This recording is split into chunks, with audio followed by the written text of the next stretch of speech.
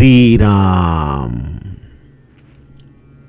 आप सभी के हृदयस्थ ईश्वर को वंदन करते हुए गोस्वामी तुलसीदास रचित श्री रामचरितमानस इस ग्रंथ का जो प्रथम सोपान अर्थात बालकांड का जो हम चिंतन कर रहे हैं, सज्जन हो, यह हमारा कथा निरूपण क्रमांक 153। हमने पिछले कथा विभाग में राम कथा का महात्म्य गायन करने की कोशिश की। महादेव जी माता पार्वती को राम कथा का महात्म्य समझाते हुए कहते हैं कि राम कथा सुरधेनु सम सेवत सब सुखदानी, सत समाज सुर लोग सब को न सुनय अस जानी। राम कथा प्रत्यक्ष कामधेनु का रूप है। जो निष्काम भावना से इसकी सेवा करता है, राम कथा उसके समस्त योगक्षेम का निर्वाहन करती है। राम कथा की निरंतर सेवा करना, इसका सबसे बड़ा लाभ जीव के अगर दृष्टि से देखा जाए तो जीव निरंतर संशयग्रस्त है। वह स्वयं के रूप के प्रति भी संशयग्रस्त है। मैं कौन हूं इसका उसे पता नहीं। ग्रंथ उसे समझाते हैं अहम ब्रह्मास्मि तत्वमसि, लेकिन उसके प्रति भी उसके मन में संशय है। राम कथा का निरंतर जो गायन करता है, श्रवण करता है, उसके जीवन से संशय किस तरह से उड़ जाते हैं। राम कथा सुंदर कर तारी, संशय बिहग उड़ाव निहारी। इन संशय रूपी पक्षियों को राम कथा की ताली उड़ा देती है। इसलिए राम कथा में संकीर्तन किया जाता है। लोगों को अत्यंत आदर से कहा जाता है कि आप तालियों के साथ राम नाम का निरंतर गायन करते रहें। ये संशय रूपी पक्षी उड़ जाते हैं। कथाकार बड़े इसमें सुंदर रस भरते हैं। कोई पूछता है कि अगर हम बिना ताली बजाए राम नाम गाए तो क्या होगा? तो किसी ने कहा कि जो ताली बजाकर गा रहे हैं उनके पक्षी उड़ जाएंगे। तो दूसरा पूछता है ये पक्षी उड़कर जाते हैं कहां? तो वो कहते हैं जो ताली नहीं बजाता उसके दिल में ये घुस जाते हैं। तो राम कथा का संकीर्तन प्रेम से, बिल्कुल चाव से अगर हम ताली बजाकर निरंतर करते रहे तो यह राम नाम का गुणगान, राम कथा का गुणगान हमें संशय मुक्त कर देता है। और जीवन से जब संशय हट जाते हैं तो यह कलियुग भी सत्ययुग ही हो जाता है। इसलिए गोस्वामी जी कहते हैं राम कथा कली बिटप कुठारी। यह एक कुल्हाड़ी की तरह काम करता है, आपके जीवन के संशयों को तोड़ देता है और उसके पश्चात आपको आपका जीवन सत्ययुग के भ्रांति आनंदमय प्रसन्नमय वो कर देता है। समर्थ का एक श्लोक स्मृति में आता है, जगी धन्य तो राम सुखे निवाला, कथा ऐकता सर्व तल्लीन झाला, देहे भावना राम बोधे उडाली, मनोवासना राम रूपी बुडाली। हमारी समस्त मन की वासनाएं इस राम कथा का गायन करते करते उसमें डूब जाती हैं और जो देहाधिष्ठित हमारी इच्छाएं हैं वह इस पक्षियों की तरह उड़ जाती है। यह है राम कथा का महात्म्य और यह अनुभव की बात है सज्जनों। यह कोई केवल संकल्पना नहीं। हम क्यों पागल है राम कथा के पीछे, क्यों गाते रहते हैं, क्यों या इतने बड़े बड़े ज्योतिर्लिंगों में हम राम कथा का नियोजन कर रहे हैं? क्या प्रयोजन है उसके पीछे? क्या हमें लौकिक चाहिए? अरे लौकिक लेके करेंगे क्या? यहां तो राम को ही रिझाना है, यही तो असली मकसद है, तो लोगों के लिए नहीं। और भगवान की कृपा से धन संपदा की भी लालसा बची ही नहीं, क्योंकि उसने तो अपनी इच्छाओं के कल्पनाओं से भी परे सौभाग्य समृद्धि हमें प्रदान की है। जीवन में यह सुरधेनु प्रसन्न हुई है तो अब क्या मांगे? क्या जरूरत बची है? तो गोस्वामी जी हमें भी वही भावना प्रदान करते हैं। स्वांत सुखाय तुलसी रघुनाथ गाथा, भाषा निबद्ध मति मंजुल मातनोति। ये स्वांत सुखाय स्थिति है। हम लोग आज की तारीख में लेते हैं ना, कहते हैं बहुत ज्यादा टायर्ड हो गया हूं, ब्रेक लेना है, ब्रेक लेना है। और ब्रेक लेके हम जाते हैं, कोई हिल स्टेशन जाते हैं या कोई प्रदेश की बहुत पैसे खर्च करके टूर करके आते हैं, वेकेशन पे जाके आते हैं। लगता है कि हमने ब्रेक ले लिया, लेकिन हमें वहां समाधान नहीं मिलता। बहु हिंडता सौख्य होणार नाही, सिणावे परी नातुड़े ही तकाही। ये सब करके हमें वो नहीं मिलता, इसलिए हम बार बार वही चीज करते रहते हैं और बार बार निराश होकर लौट आते हैं। लेकिन पूज्य मुरारी बापू कहते हैं कि आप राम कथा में 9 दिवस हमें दीजिए, हम आपको 9 जीवन देंगे। नव जीवन की प्राप्ति होती है राम कथा सुनने से, क्योंकि राम कथा स्वयं सत्य युग है। राम कथा स्वयं समस्त प्रश्नों का समाधान है। राम कथा स्वयं अपने जीवन के समस्त संशयों को उड़ाने वाला स्वसंवेद्य ऐसा साधन है। क्या है राम कथा? आप कहोगे कि राम कथा अगर गाने जाए तो 5-10 मिनट भी काफी है। आप इतने 9 दिन 3-3 घंटे सुबह शाम क्या गाते रहते हो? और ये निरंतर क्यों गाते रहते हो? देखिए, गोस्वामी जी ने हमें इस ग्रंथ में एक ही गुरु दक्षिणा मांगी है। काम ही नारी प्यारी जिमी, लोभ ही प्रिय जिमी दाम, तिमी रघुनाथ निरंतर प्रिय लागहि मोहि राम। निरंतर राम प्रिय लगना, यही राम कथा का हेतु है। तो राम कथा केवल एक स्टोरी नहीं है, एक चलचित्रपट नहीं है, उसमें कई रहस्य है, कई रहस्य। गुरु कृपा से कभी कभी कुछ प्रसंग ऐसे रहस्य उजागर हो जाते हैं जिसके प्रति आपने कभी सोचा भी नहीं था। तो ऐसे रहस्य आपके अंतःकरण में आपको एक विलक्षण आनंद प्रदान कर जाते हैं। तो राम कथा एक कथानक नहीं है।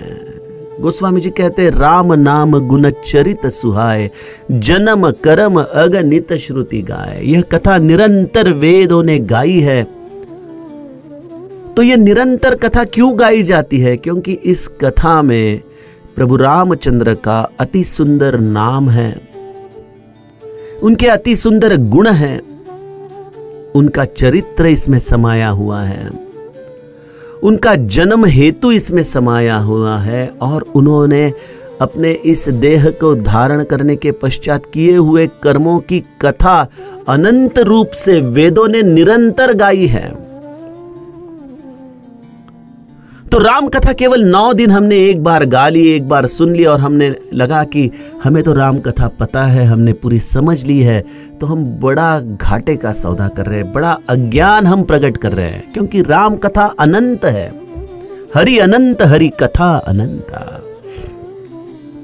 और जैसा एक संगीतकार रियाज करता है, हर दिन एक गायक वही सारे गम पध निसा इन सप्त स्वरों में अपने आप को रियाज के माध्यम से समर्थ करते जाता है, बस उसी तरह से जो राम कथा का सेवा करने वाला है वह निरंतर उसका पाठ करेगा, सुमिरन करेगा, चिंतन करेगा। राम कथा चिंतन का विषय है। मेरे समर्थ है मुझे कहते हैं, प्रभाते मनी राम चिंतित जावा। उन्होंने केवल उसे वैखरी के द्वारा उच्चारण करने के लिए, गायन करने के लिए नहीं कहा है, उसका चिंतन करने के लिए कहा है। तो राम का चिंतन कैसे किया जाए? गोस्वामी जी कहते हैं, आप सर्वप्रथम राम के नाम का चिंतन कीजिए। उसके नाम में अनंत सामर्थ्य, अनंत शक्तियां वास करती है। उस नाम का आप स्वयं सुमिरन करते हुए, उसका चिंतन करते हुए इस नाम के द्वारा अपने चित्त को शुद्ध कीजिए। जब नाम के द्वारा आपका चित्त शुद्ध होगा तभी जाके प्रभु रामचंद्र का चरित्र आपको समझ में आएगा। चरित्र चित्त शुद्धि के सिवा आपको समझ में नहीं आ सकता। इसका प्रमुख कारण ऐसा है कि कथा सुनी जा सकती है, लीला नाट्य देखा जा सकता है, लेकिन चरित्र केवल जिया जाता है। और जब तक राम आपके जीवन में, आपके आचरण में प्रवेश नहीं करते, तब तक आपने राम के चरित्र को नहीं जाना। मर्यादा पुरुषोत्तम राम जो आपके जीवन के हर क्षेत्र को स्पर्श करता है, ऐसे राम का सुमिरन करते करते हम स्वयं ही राम बन जाते हैं। उसके लिए जरूरत है राम नाम के द्वारा चित्त शुद्धि की, राम के सुमिरन द्वारा अपने स्वयं को विवेक के माध्यम से निरंतर नीति के पथ पर रखने की। तो नाम, गुण, चरित्र, उसका जन्म और उसका कर्म, ऐसे कई प्रकार से हम राम का चिंतन करते रहे। यही तो वेदों ने कहा है, यही तो वेदों का मर्म है। आप शायद वेद पढ़ सके न पढ़ सके, शायद आप उसका उच्चारण कर सके नहीं कर सके, उसका मतलब समझ सके नहीं समझ सके, कोई बात नहीं, लेकिन राम नाम पर्याप्त है। राम कथा, उसका चिंतन पर्याप्त है, क्योंकि वेदों ने अंततो गत्वा यही तो गाया है। हमें लगता है कि राम कथा से यह भिन्न है, नहीं। छो शास्त्र सब ग्रंथ न को रस। जब गोस्वामी जी कहते इसमें मेरे 6 शास्त्र मैंने रस रूप में आपको दिए हैं, तो रसपान करने के लिए आपको फल के साथ कुछ वक्त तो बिताना ही पड़ेगा। गोस्वामी जी कहते हैं जथा अनंत राम भगवाना तथा कथा की रति गुण नाना। मेरे प्रभु श्री राम अनंत है, उनकी कथा, उनकी कीर्ति, उनके गुण भी उसी तरह से अनंत है। राम कथा निरंतर प्रवाहित होने वाला शास्त्र है। यह केवल त्रेता युग तक सीमित नहीं है, क्योंकि राम ब्रह्म है और ब्रह्म को ना भूत है ना भविष्य है, वह निरंतर है, बस है। तो ऐसी राम कथा निरंतर प्रवाहित हो रही है, और जो भी गुरु कृपा से उस सरिता में मज्जन करे, स्नान करे, उसे आज भी राम कथा के द्वारा उस युग की प्रतीति हो सकती है। महादेव जी माता पार्वती को जो कह रहे हैं, जिसका सार गोस्वामी जी हमारे सामने शब्दों के द्वारा रख रहे हैं, महादेव माता पार्वती को कहते हैं तदपि जथा श्रुत जसी मति मोरी, कहियहु देखी प्रीति अति तोरी। महादेव जी इस कथा का प्रथम वक्ता है। इसलिए मैंने जब कैलाश पर्वत का वर्णन किया था, तब राम कथा का वक्ता कैसा हो उसका हमने बड़े विस्तार से नीलकंठ लावण्य निधि उस दोहे के द्वारा चिंतन किया था। बैठे सोह काम रिपु कैसे, धरे शरीरु शांत रसु जैसे, पार्वती भल अवसरु जानी, गई समीप शंभु भवानी, गई मातु पही शंभु भवानी।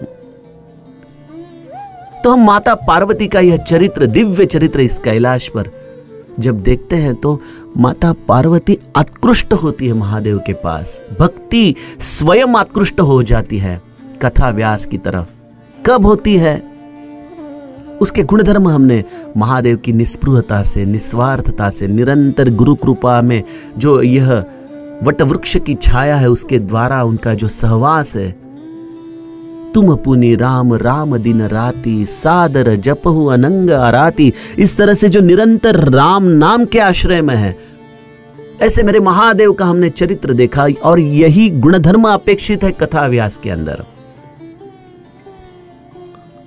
तो उसी कथा व्यास का और एक सुंदर गुणधर्म गोस्वामी जी हमें यहां दिखाते हैं। तदपि जथा श्रुत जसी मति मोरी, कहीं यहूं देखी प्रीति अति तोरी। कथा व्यास कैसा हो। इन वेदों ने राम कथा का निरंतर गायन किया है। वह कथा अनंत है। प्रभु रामचंद्र के गुण, उनका चरित्र, उनकी लीलाएं, यह सब कुछ बुद्धि से परे है। तो इतना सब कुछ किसी व्यक्ति के बुद्धि में समाना असंभव है। लेकिन मैं हमेशा जैसे कहता हूं कि हम गंगा जी का दर्शन करके वहां से एक जल पात्र में भरकर ले आते हैं घर में, और हम सोचते कि गंगा जी हम ले आए। गंगा जी कितनी व्यापक है। उस पात्र के अगर रेफरेंस में, सापेक्ष में हम देखें तो कई अनंत रूप में गंगा निरंतर प्रवाहित है। वैसे ही राम कथा भी निरंतर प्रवाहित है। हम तो केवल अपने मस्तिष्क रूपी पात्र में इसका थोड़ा सा जल भरकर ला सकते हैं। लेकिन हम देखते हैं कई बार कथा व्यास अहंकार का स्पर्श होने के कारण, मैं सब कुछ जानता हूं, आप मुझे मत बताइए, मैं समस्त शास्त्र जानता हूं, मेरा विधान अंतिम है, इस तरह के अहंकार में आ जाते हैं। तो राम कथा की अगर सेवा करनी है तो हमें अहंकार से निरंतर अंतर बना के रखना है।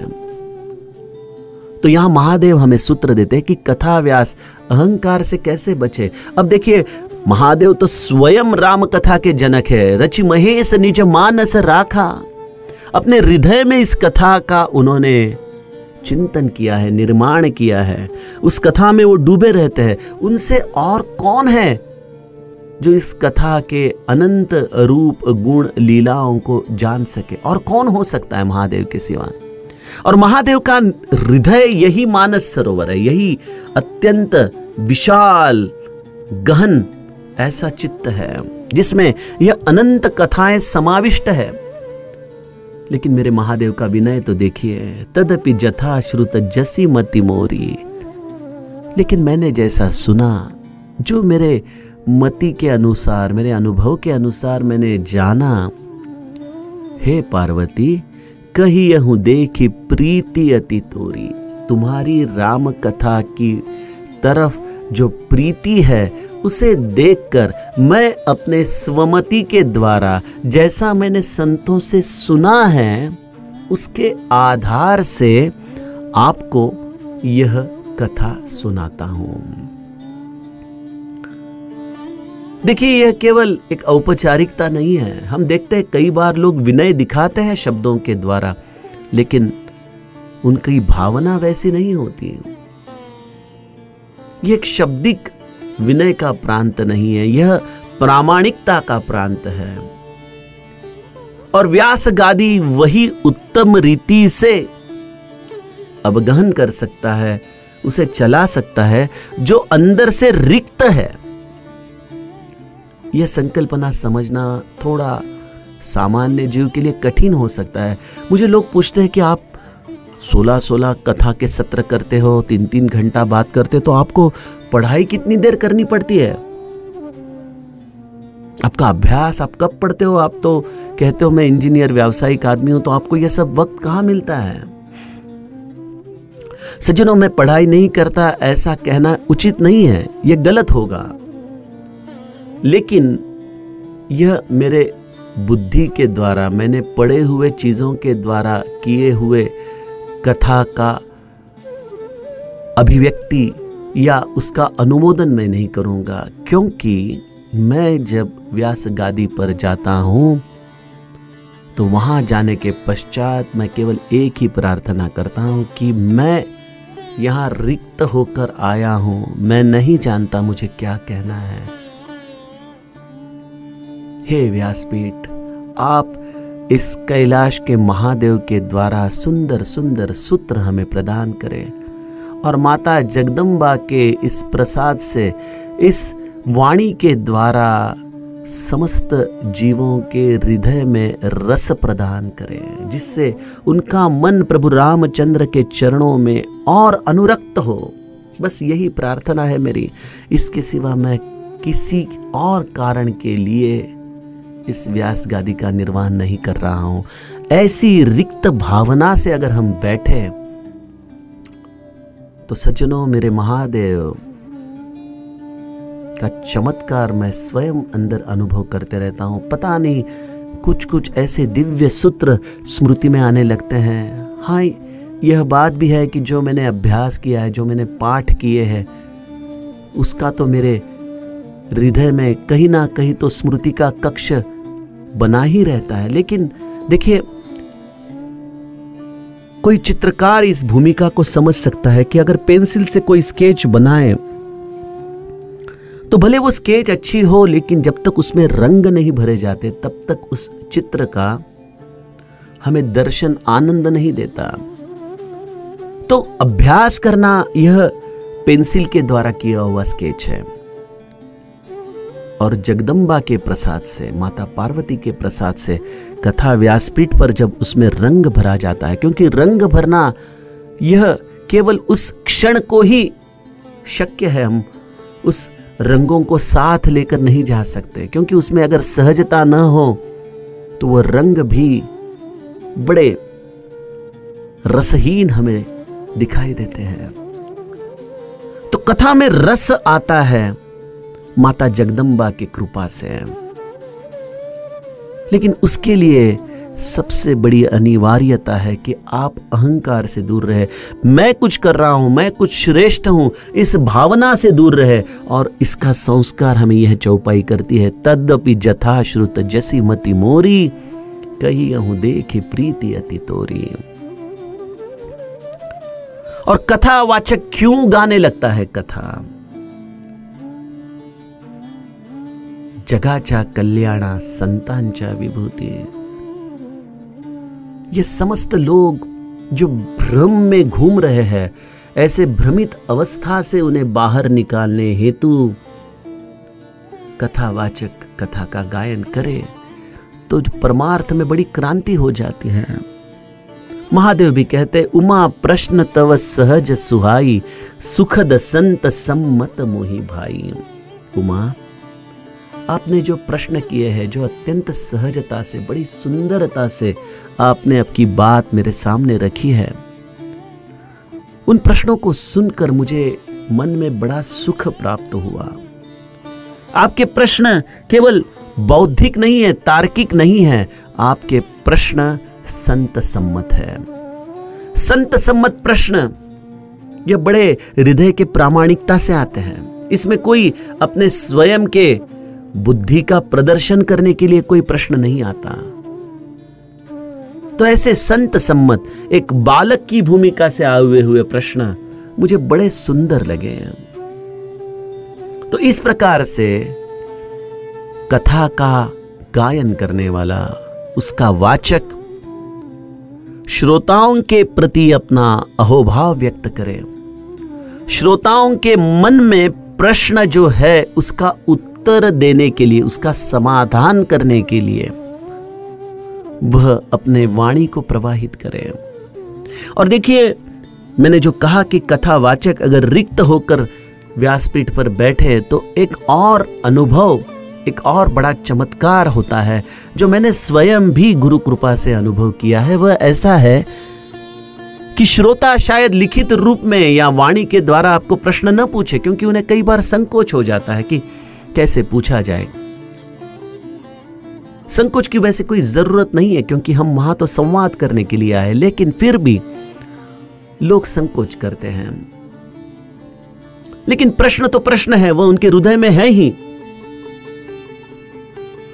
तो व्यासपीठ पर बैठने के बाद जो कथावाचक अंदर से रिक्त है, उसकी कथा में एक बहुत बड़ा अनुभव सबको होता है।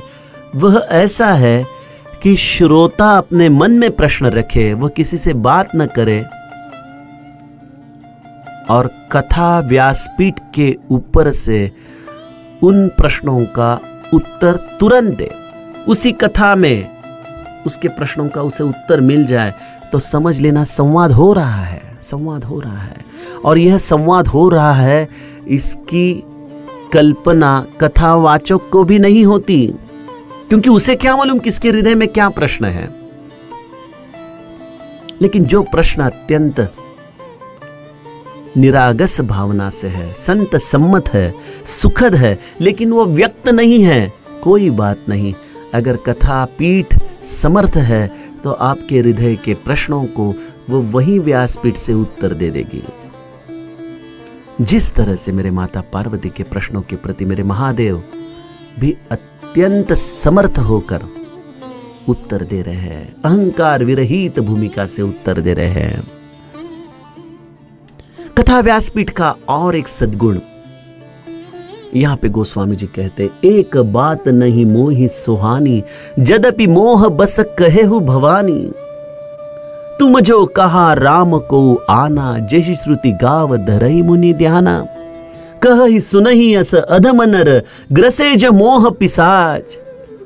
पाषंडी हरि पद विमुख, जानहि झूठ न साच। कथा व्यासपीठ संवादी हो, कथा व्यासपीठ लोगों के अंतःकरण में स्थान बनाकर उनसे संवाद करें। लेकिन इसलिए कथा व्यासपीठ केवल मीठी ही बात न करे। कथा व्यासपीठ निरंतर सत्य का आश्रय ले, और सत्य कभी कभी कड़वा भी रहता है। उन बातों को भी अत्यंत विनम्रता से लेकिन स्पष्टता से कथा व्यासपीठ श्रोताओं के बीच में रखे। समर्थ का एक श्लोक स्मृति में आता है, सदा आर्जवी प्रिय जो सर्वलोकी, सदा सर्वदा सत्यवादी विवेकी। न बोले कदा मिथ्य वाचा त्रिवाचा, जगी धन्य तो दास सर्वोत्तमाचा। सदा आर्जवी, आर्जव कितना सुंदर शब्द है, जो लोगों के हृदय के अंदर के संशयों को निरंतर स्वच्छ करता हो, इसलिए वह बड़े विनयशीलता से उनसे संवाद करता हो। यह है आर्जव।